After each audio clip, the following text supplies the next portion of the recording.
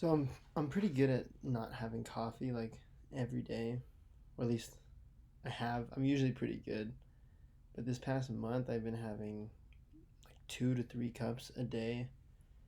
Um, and not only is it like just burning my money, but I don't feel it like the same way as I used to.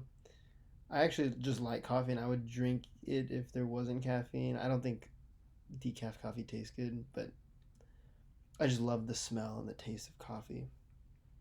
But I'm a student and sometimes I just need that extra kick to get me going for a few hours. So I decided to stop for a week, and at the beginning it was fine. First day was fine. Second day is when I started to like feel the withdrawals a little bit. Just like a headache just throughout the day, a slight headache, nothing too intense. Just kind of annoying. And then after a couple days, that went away, and I noticed that I actually had more energy than I usually do. I just had like just constant energy throughout the day.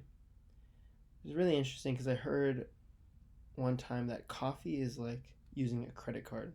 It doesn't actually give you energy, it just takes energy from your body and use it. So you're going to actually have to refill that. You're going to have to pay it back eventually.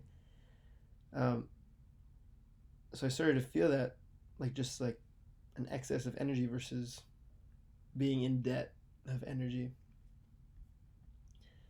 So then a week passed, and I decided I want to continue not having coffee as much as I was. But I was like, okay, I'll just have like a cup just to have it. It's been a week, and I didn't really notice any like difference. It tasted good until later that night. I stayed up till like 2 in the morning studying the blockchain. So the next day, I was like, okay, I'll have another small cup of coffee.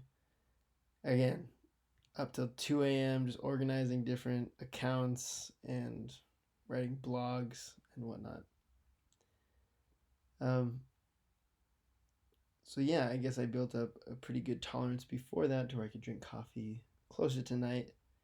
But then after a week of not having it, my body really noticed I was up for a long time, and I didn't even have it that late. Like I probably had it around 12. But the half life of coffee is 6 hours. So that means 6 hours later, half of the caffeine is still in your system, if you didn't know that. So it does affect your sleep. Whether you know it or not, whether you feel it or not, it does affect your sleep. But that was my experience not having coffee.